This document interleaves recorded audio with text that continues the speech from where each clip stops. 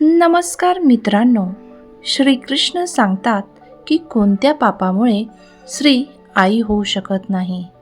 चला तर आजच्या व्हिडिओला सुरुवात करूयात. यू थिंक 24 या चॅनलवर आपलं स्वागत आहे. जो कोणी हा व्हिडिओ पाहत असेल आणि हा व्हिडिओ पूर्ण पाहिल, लाईक करेल आणि सबस्क्राईब करेल, लक्ष्मी माता त्याची झोळी आनंदाने भरून टाकेल, त्याच्या सर्व मनोकामना पूर्ण करेल आणि त्याच्या घरात अन्न आणि धनाचा भरपूर अंश भरेल. आपल्या सर्व भक्तांचे एकत्र येण्यासाठी आपले धन्यवाद. या व्हिडिओचा आणि या कथेचा उद्देश अंधश्रद्धा पसरणे हा नसून फक्त एक मनोरंजक कथा आहे. चला तर कथेला सुरुवात करूयात. जेव्हा भगवान विष्णू आणि माता लक्ष्मी बसलेले असतात तेव्हा माता लक्ष्मीला अनेक प्रश्न मनात उद्भवतात आणि त्या भगवान विष्णूकडे आपल्या मनातील सगळे प्रश्न मांडतात की कोणत्या पापामुळे स्त्री गर्भवती होते, गर्भधारणेचे नियम सांगा आणि पुत्र प्राप्तीचा उत्तम मार्ग सांगा. तर या कथेद्वारे आपण जाणून घेऊयात की स्त्रीचा गर्भपात कशामुळे होतो, कोणत्या कारणामुळे स्त्रीला मुलगा होत नाही, कोणत्या दिवशी नात्यातून मुलगा होईल. मित्रांनो, काय साध्य होईल हे माहीत नाही. भगवान विष्णू आणि माता या दोघं बोलत असतात. लक्ष्मी क्षीरसागरात शेषनागाच्या पलंगावर माता लक्ष्मी आणि भगवान विष्णू बसलेले असतात. ते आराम करतात तेव्हा लक्ष्मी भगवानांना एक एक प्रश्न विचारू लागतात की स्वामी, आज माझ्या मनात एक शंका निर्माण झाली आहे, कृपया माझ्या शंकेचे निरासन करा. तेव्हा भगवान विष्णू म्हणतात, हे प्रिये, तुमच्या मनात कोणतीही शंका असली तरी ती मनमोकळेपणाने सांगा. तुमच्या सर्व शंकांचे निरसन करणे माझे कर्तव्य आहे, असे भगवान विष्णू लक्ष्मींना म्हणतात. तेव्हा लक्ष्मी म्हणतात की हे परमेश्वरा, तुम्ही जगातील तुम्हाला सर्व गोष्टीच माहिती आहेत. तुमच्या जगातील प्रत्येक कणाच्या वासात तुम्हीच आहेत. जन्म देणारेही तुम्ही आहेत आणि मृत्यूची परवानगीही तुम्हीच देता आणि सगळं स्वतःमध्ये जग सामावून घेण्याची शक्ती देखील तुमच्यातच आहे. जन्म आणि मृत्यू तुम्हीच चालवता. पण हे प्रभू, कोणती स्त्री संततीचा आनंद घेऊ शकते आणि तिचे मूल गर्भातच का मरते? या पापांमुळे स्त्रियांची गर्भधारणा नष्ट होते. हे जगदीश्वर, माझ्या प्रश्नांचं उत्तर द्या आणि मला तुमच्याकडून जाणून घ्यायचे आहे की फक्त आईलाच मूल गमावल्याचं दुःख का सहन करावं लागतात, का लोकांचे टोमणे सहन करावे लागतात. कृपया मला याचे कारण सांगा. देवा, मला सांगा की यामागे काय रहस्य आहे. तेव्हा विष्णू शांतपणे लक्ष्मी मातेकडे बघतात आणि हसून म्हणतात, देवी, आज तुम्ही एक उत्कृष्ट प्रश्न विचारला आहे. या प्रश्नात जगातील सर्व मातांना याचं उत्तर मिळेल आणि हे कल्याण लपलेले आहे. काही मुले गर्भातच का मरतात? स्त्रियांनी केलेल्या पापांची, त्यामुळे त्यांची गर्भधारणा नष्ट होते. हे देवी, आज मी तुमच्यासमोर एक अतिशय प्राचीन गोष्ट सादर करत आहे. मी या कथेतून सांगत आहे आणि तुम्हाला तुमच्या सर्व प्रश्नांची उत्तरे मिळणार आहेत. आणि ही प्राचीन कथा जो ऐकेल त्याला धनसंपत्तीची कधीच कमी होणार नाही आणि तिच्या चांगल्या गुणवत्तेच्या त्यांना त्यांच्या मुलांसाठी आशीर्वादही नक्कीच मिळेल आणि त्यांची सर्व पापे नष्ट होतील. देवी लक्ष्मी म्हणते की हे परमेश्वरा, मी ही कथा काळजीपूर्वक पूर्ण ऐकली पाहिजे आणि मित्रांनो, तुम्हीही ही कथा काळजीपूर्वक ऐका आणि आपल्या चॅनलला सबस्क्राईब करा. तेव्हा देवी म्हणतात, मीही ही कथा काळजीपूर्वक ऐकेन, मला ती कथा कृपया सांगा. तेव्हा भगवान विष्णू लक्ष्मीला कथा सांगतात. ही कथा आहे भूतकाळातली. एका मधल्या देशात एक अतिशय सुंदर शहर होतं. त्या शहरात भागवत नावाचा एक उच्च श्रीमंत मनुष्य राहत होता. त्याच्या घरात खूप पैसा होता. त्याला काही दिवसांनी एक मुलगी झाली. त्या शेठने त्या मुलीचं नाव भागवती ठेवलं आणि काही दिवसानंतर भागवती लाडाप्रेमाने खूप वाढली आणि मोठी झाल्यावर तिने दुसऱ्या शहरात राहणाऱ्या लोकांमध्ये तिचं लग्न करून दिलं. भागवत याने आपल्या भागवतीचं लग्न एका वैश्याच्या मुलाशी लग्न झालं. ती त्याच्या पतीसोबत राहण्यासाठी सासरी गेली. सासरच्या घरी गेल्यावर तिच्या सासरच्या लोकांनी तिला खूप प्रेमाने आदर दिला भागवती सासरच्यांशी खूप चांगलं वागू लागली आणि तिचे सासरचेही तिच्याशी चांगले वागू लागले. कारण ती श्रीमंत घरातली होती, त्यामुळे तिच्या सासूच्या मनात दुसरंच काहीतरी प्लॅन होता. सुनंदा ही भागवतीची सासू होती, पण ती अत्यंत स्वभावाने क्रूर आणि दुष्ट होती. तिला हुंड्यामध्ये भरपूर पैसे पाहिजे होते आणि सुनंदाने याच कारणावर तिला वारंवार माहेरवरून पैसे आणण्यास सांगत होते. त्याच्यामुळे ती भागवतीला खूप गोड बोलायची आणि तिच्या घरच्यांबद्दलही बोलायची. त्यामुळे भागवतीला प्रत्येक वेळेला तिच्या माहेरून काहीतरी वस्तू आणायला सांगायची. कधी तिच्या वडिलांकडून घोडा, कधी गाई, कधी बैल, कधी धान्य, तर कधी महाग कपडे ऑर्डर करायची.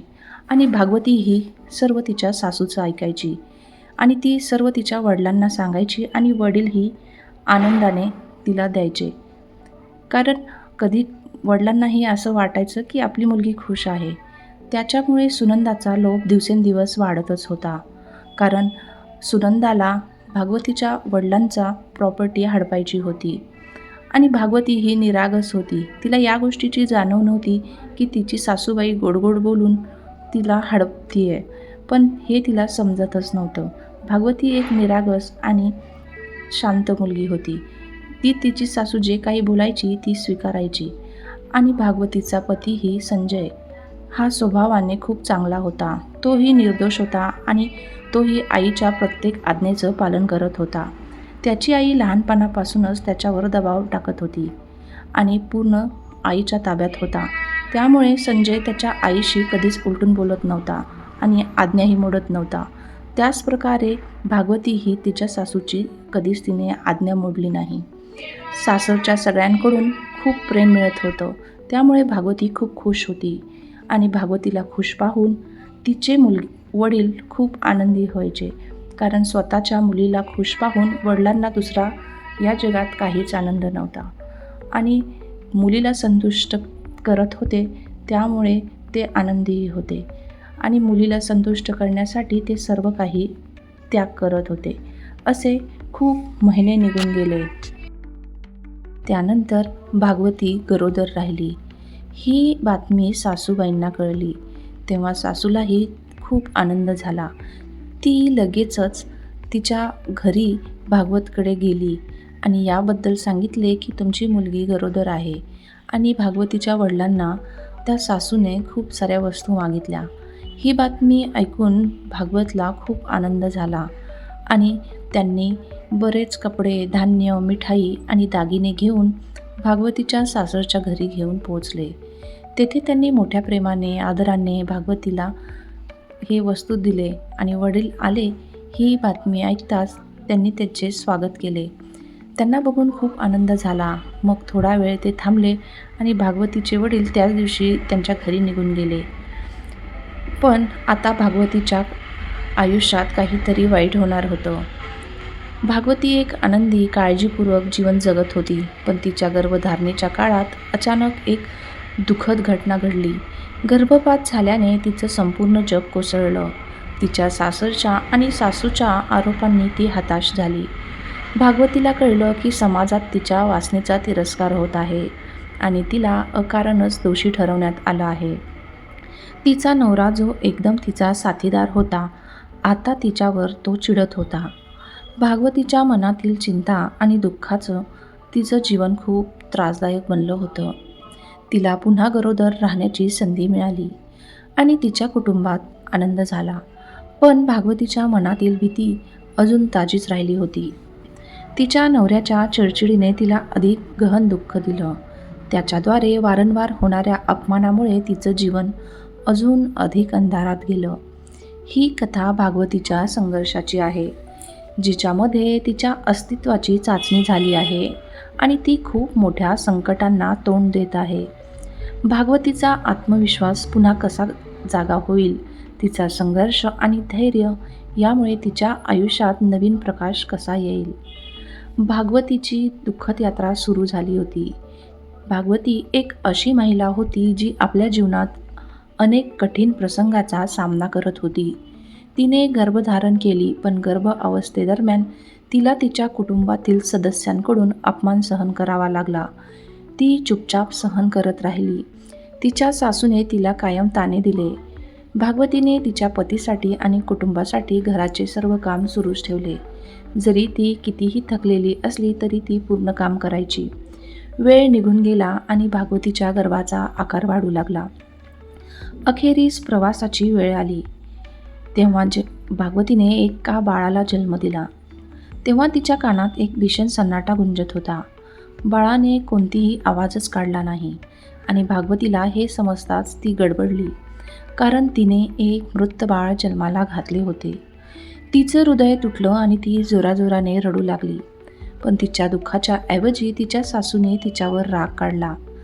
तिने भागवतीला घराबाहेर फेकून दिले आणि म्हटले की तू या घरात राहण्याच्या लायकीची नाहीस. तू माझ्या नातवाला खाल्लंस. भागवतीच्या डोळ्यात अश्रू होते आणि ती सासूला विनवणी करू लागली. हे सासूमा, मी कुठे जाऊ? माझ्यासाठी माझं पती सर्व काही आहे. कृपया मला घरातून काढू नका. मी घराच्या कोपऱ्यात राहीन आणि घरातले सर्व कामेही करील.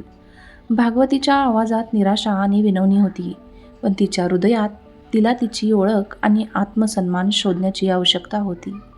भागवती आपल्या अधिकारांसाठी उभी राहू शकेल का? ती तिच्यासाठी एक नवीन जीवन शोधू शकेल का? तिची कथा इथे संपत नाही, तर हे एक नवीनच अध्याय सुरू करत आहे, ज्यात तिला तिचे पुनर्निर्माण आणि स्वतःला पुन्हा शोधण्याची गरज होती. भागवतीची आता कठोर यात्रा सुरू झाली होती. भागवती आपल्या सासूच्या अत्याचाराने हताश झालेली होती. ती म्हणत होती की मी माझ्या पतीला सोडून राहू शकत नाही, मी मरून जाईल. पण तिची सासू रागाने उत्तर देत होती की हे पापिनी, जर तू जीवित राहू शकत नाहीस तर कुठेतरी जाऊन मर, पण आता तुझ्यासाठी या घरात जागा नाही. रेवतीच्या सासूने तिला धक्काबुक्की करून घराबाहेर फेकले आणि भागवतीचा पती या सर्व गोष्टींचा साक्षीदार होता, पण त्याने काहीही बोलले नाही. भागवती अशा परिस्थितीतून घराबाहेर पडली आणि चालत चालत ती एका घनदाट जंगलाकडे गेली. तिथे तिला एक सुंदर आणि मोठा वृक्ष दिसला. त्या वृक्षाजवळ एक सुंदर आश्रम होता.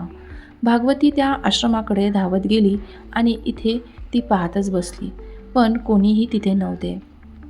भागवती त्या आश्रमात बसून विश्रांती घेऊ लागली. ती इतकी घाबरली आणि उदास होती की तिला तिच्या वडिलांकडे जाण्याची इच्छासुद्धा झाली नाही. तिला भीती वाटली की तिच्या दुर्दशेमुळे वडिलांचा समाजात अपमान होईल, म्हणून तिने त्या जंगलातच राहण्याचा निर्णय घेतला आणि त्या आश्रमात स्थायिक झाली. भागवती तिथे बसून भगवान विष्णूची पूजा करू लागली. अनेक दिवस ती त्या आश्रमात राहत होती. भगवान विष्णूची तपस्या करत होती. काही दिवसांनी त्या आश्रमात एक साधू गाय घेऊन आला. साधू विलक्षण होता. त्याच्या मुखावर तेज होते, जणू त्यांनी शेकडो वर्षाची तपस्या केलेली होती. भागवती साधूंना पाहून आनंदित झाली आणि त्यांचे स्वागत करून म्हणाली की साधू महाराज, आपले स्वागत आहे. आपल्या महान पुण्यात्मा आहेत. साधू महाराज त्यांच्या वचनांवर उत्तर दिले. साधूंनी काही तिला उपदेश दिले आणि विचारले की पुत्री, तुम कौन हो आणि या वनात तुम अकेली क्यों रहती हो? जर काही गोपनीय तुझ्याकडे असेल तर मला नेमकं सत्य सांग की तुम्हारा पती कहाँ है आणि तुम्हारे दुःख का कारण क्या है? तेव्हा भागवती उत्तर देते की हे साधू महाराज, मी अत्यंत दुःखी आहे. माझ्या सासूने मला घरातून बाहेर फेकले आहे, त्यामुळे मी या वनात राहते. तेव्हा साधू विचारतात कि तुम्हारे सास ने ऐसा क्यों किया कि तुमको घर से निकाल दिया? तेव्हा भागवती सांगते की हे साधू महात्मा, माझी पहिली संतान गर्भातच नष्ट झाली आणि जेव्हा मी दुसरी संतान जन्माला घातली ती मेलेली होती. त्यामुळे माझ्या सासूने रागात येऊन मला घराबाहेर काढले. आता मी येथेच राहत आहे, कारण मी माझ्या वडिलांचा अपमान होऊ द्यायचा नाही, म्हणून मी इथेच राहते. भागवती हताश आवाजात साधूंच्या समोर आपल्या समस्येची मागणी करते. कृपया तुम्हीच माझ्या दुःखाचे कारण दूर करा. आता मला कुठे जावे लागेल? मला काय करावे लागेल? तेव्हा साधू महात्मा म्हणतात की हे पुत्री, हे बहुत दर्दनाक था, पर तू चिंता मत कर. मैं तुम्हें कुछ उपाय बताता हूँ जिससे तुम्हें संतति प्राप्त होगी. तेव्हा ते म्हणतात की तुम्ही या गाईला आपल्या जवळ ठेवा आणि तिची सेवा करा. तिच्या सेवेमुळे तुम्हाला उत्तम संतान सुख प्राप्त होईल. ते पुढे सांगतात की आता मी तुम्हाला गर्भधारण केलेल्या स्त्रीला कोणते नियम पाळावे लागतील याबद्दल सांगतो. हे तुम्ही लक्षपूर्वक ऐका. गर्भवती स्त्रीने मासिक धर्माच्या काळात पतीसोबत संबंध ठेवू नयेत आणि पतीला स्पर्श करू नये, कारण त्यामुळे गर्भातच संतान गळून पडू शकते. गर्भधारण केलेल्या स्त्रीने भगवानाची पूजा करण्यात तत्पर राहावे. तिच्या चेहऱ्यावर सदैव प्रसन्नता असावी. तिला कधीही दुःखी आणि निराश करू नये आणि वाईट असलेल्या स्त्रियांपासून दूर राहावे. साधू पुढे सांगतात की गर्भवती स्त्रीने इतरांच्या घरचे अन्न खाऊ नये. तिला बाहेरच्या हवेपासून दूर राहावे लागेल, कारण बाहेरच्या हवेमुळे गर्भाला नुकसान होऊ शकते. गर्भधारण करणाऱ्या स्त्रीने अशी वस्तू पाहू नये ज्यामुळे तिच्या मनात द्वेष निर्माण होईल. तिला भयानक डरावण्या गोष्टींच्या कहाण्या देखील पाहू नयेत आणि ऐकूही नयेत. गर्भवती स्त्रीने अतिशय गरम अन्न खाऊ नये. आधीचा केलेला अन्न जोपर्यंत व्यवस्थित पचन होत नाही तोपर्यंत दुसरे अन्न खाऊ नयेत. ज्या स्त्रीच्या बाळांच्या जन्मानंतर मृत्यू झाला आहे किंवा ज्या स्त्रीला गर्भधारणेची समस्या आहे त्या स्त्रियांसोबत संपर्कही करू नये. जो स्त्री या नियमांचे पालन करते तिला उत्तम पुत्राची प्राप्ती होते. ज्यांनी या नियमांचे पालन केले नाही त्यांचा गर्भ गळून पडतो किंवा निरोध होतो. हे पुत्री, आता मी तुम्हाला पुत्रप्राप्तीचा एक उपाय सांगतो. हे लक्षपूर्वक ऐका. मासिक धर्माच्या काळात 4 दिवस स्त्रीने पतीसोबत संबंध ठेवू नये. 4थ्या दिवशी ती शुद्ध होते. 1 आठवड्यानंतर ती देवी देवतांची पूजा करण्यास योग्य ठरते. संबंध बनवताना स्त्री आणि पुरुषाच्या मनात जी कल्पना असेल तसेच गर्भ उत्पन्न होईल. यात शंका नाही की युग्म तिथीच्या रात्री सहवास केल्यास पुत्र होतो आणि अयुगम तिथीच्या रात्री सहवास केल्यास कन्या जन्माला येते. युग्म तिथी म्हणजे द्वादशी, चतुर्दशी, षष्ठी, अष्टमी आणि दशमी. अयुतिथी म्हणजे एकादशी, त्रयोदशी, पंचमी, सप्तमी आणि नवमी. सर्वसामान्य स्त्रियांनी पहिल्या आठवड्यात सोडून दुसऱ्या आठवड्यात सहवास करावा. स्त्रीचा ऋतुकाल 16च्या रात्रींचा असतो. जर स्त्री मासिक धर्मानंतर 14व्या रात्री सहवास करत असेल तर त्या गर्भातून गुणवान, भाग्यवान, धनवान आणि धर्मनिष्ठ पुत्राचा जन्म होतो.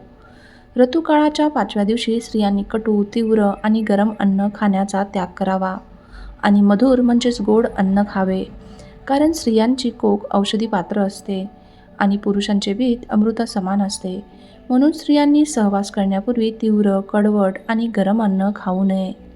साधू आणि भागवती आपल्या पुढे त्यांचं बोलणं चालूच राहतं. भागवती आपल्या पतीबद्दल विचारते की हे साधू महाराज, यावेळी माझा पती माझ्याजवळच नाही, मग माझं त्याच्याशी मिलन कसं होईल आणि मला संतान सुख कसे मिळेल. तेव्हा साधू म्हणतात की हे पुत्री, आता यापासून ही गाय मातेची सेवा कर. तुझा पती स्वतः तुझ्या जवळ येईल. हे सांगून साधू महात्मा अदृश्य होतात. त्यांच्या अचानक अदृश्य होण्यामुळे भागवती चकित होते आणि तिला समजते की साक्षात भगवान तिला दर्शन देण्यासाठी आले होते. भागवती रोज सकाळी उठून गायीची सेवा सुरू करते आणि भगवान विष्णूची आराधना करते. दुसरीकडे भागवतीच्या पतीच्या स्वप्नात भगवान विष्णू येतात आणि त्याला त्याच्या पत्नीजवळ जाण्याची आज्ञा देतात. भागवतीचा पती दुसऱ्या दिवशी जागा झाल्यावर आपल्या पत्नीला शोधायला त्या जंगलात जातो. त्या जंगलात त्याला एक आश्रम दिसतो. आश्रमाजवळ जाताच त्याला त्याची पत्नी रेवती दिसते. तो तिला पाहून अत्यंत आनंदी होतो. आपल्या पत्नीबरोबर त्या वनात तो राहायला लागतो. काही दिवसांनी भागवतीचा रथकाल येतो. ती त्या साधू महात्म्यांनी सांगितलेल्या नियमाचे पालन करून आपल्या पतीबरोबर सहवास करते. तिच्या पतीच्या मिलनामुळे रेवती पुन्हा गर्भधारण करते. 9 महिन्यापर्यंत गर्भ तिच्या आत वाढतो आणि 9व्या महिन्यात भागवतीला एक अत्यंत सुंदर रत्न प्राप्त होतो. हे मिळाल्यावर भागवती आणि तिचा पती दोघेही आनंदित होतात. पुत्राचा जन्म झाल्यावर ती गाय अदृश्य होते. या चमत्कारामुळे भागवती आणि तिचा पती दोघेही आश्चर्यचकित होतात आणि मग ते तिघेही घरी परत जातात. भागवतीची सासू तिच्या मुलाला एका बालकासह आलेले पाहून आनंदित होते आणि तिला विचारते, सून, हे तू कसे केले आहेस? सुनबाई, तुला हे कसं झालं? तुला पुत्राची प्राप्ती कशी झाली. तेव्हा भागवती आपल्या सासूला सर्व सत्य सांगते. ती म्हणते की हे आई, मी जवळच इथे एक जंगल आहे, तिथे एक आश्रम आहे, मी तिथे राहायला लागले. तिथे एक चमत्कारी साधू प्रकट झाले आणि त्यांनी मला संतान प्राप्तीचा मंत्र सांगितला. त्यांनी मला एक दिव्य गाय दिली होती. त्या गायीची सेवा करूनच मी सर्व कार्य सिद्ध केले. तेव्हा भागवतीची सासूचा यावर विश्वासच बसत नाही आणि विचारते की ती जागा कुठे आहे. तेव्हा भागवती आपल्या सासूला त्या जागेबद्दल सांगते.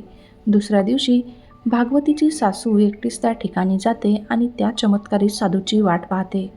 तिच्या मनात लालच येते. ती विचारते, जेव्हा साधू येतील तेव्हा मी त्यांच्याकडून काही अनमोल वस्तू मागेल. अनेक दिवसांनी साधू येतच नाहीत आणि ती चिडते. त्या क्षणी त्या ठिकाणी एक राक्षस असतो. ती राक्षस भागवतीच्या सासूला त्या आश्रमाजवळ उभी पाहते आणि साधू आणि भागवती तत्काळ त्याच्याजवळ जाते. तेव्हा ती म्हणते, अरे वा. ती राक्षस भागवतीच्या सासूला बघून म्हणते, अरे वा, आज तर माझ्यासाठी जंगलात ताजं ताजं भोजन आहे. आज तर या बाईला मी खाऊन खूप मला मज्जा येईल. तेव्हा भागवतीची सासू त्या राक्षसीला पाहून थरथर कापायला लागते आणि जोराजोरात ओरडते. पण तिच्या मदतीसाठी त्या ठिकाणी कोणीही येत नाही. मग ती राक्षसी समोर दया मागायला लागते. अरे राक्षसी, मला सोड, माझं भक्षण करू नकोस. मी तर एक वृद्ध महिला आहे. माझं भक्षण केल्याने तुला काय फायदा. तेव्हा राक्षस म्हणते, हे दुष्ट स्त्री, तू वृद्ध असशील की तरुण, मी फक्त त्याचं भक्षण करते जो विधाताने माझ्यासाठी निवडला आहे. आज ईश्वराने तुला माझा घास ठरवला आहे म्हणून मी तुझंच भक्षण करणार. तू नक्कीच काहीतरी महापाप केला आहेस. इतरांवर खोटे आरोप केले आहेस म्हणून तुझं अशी दुर्दशा झाली आहे. हे ऐकून भागवतीच्या सासूला तिच्या चुकांचा पश्चाताप होऊ लागतो. तिने तिच्या सुनाच्या बाबतीत खूप वाईट वर्तन केलेले होते, पण आता खूप उशीर झाला होता.